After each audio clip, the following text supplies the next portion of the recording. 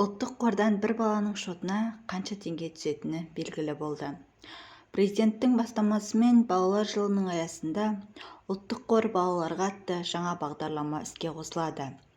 Оған сәйкес 2024 жылдан бастап ұлттық қордың жыл сайынғы инвестициялық табысының 50% балалар 18 жасқа толғанға дейін олардың арнаулы жинақтаушы есепшотына аударылады. Бұл туралы президенттің баспасөз хатшысы Руслан Желдібай хабарлады. Жинақталған қаржы балалар кәмелет жасына толғаннан кейін олардың баспана немесе білім алуына жұмсалады. Үкімет пен ұлттық банктың есебі бойынша елімізде жыл сайын 400 мың сәби дүниеге келеді. Әр бала 18 жасқа толғанша олардың есепшотына кемі 3000 ақш долларына тең қаражат жиналады, деді ол.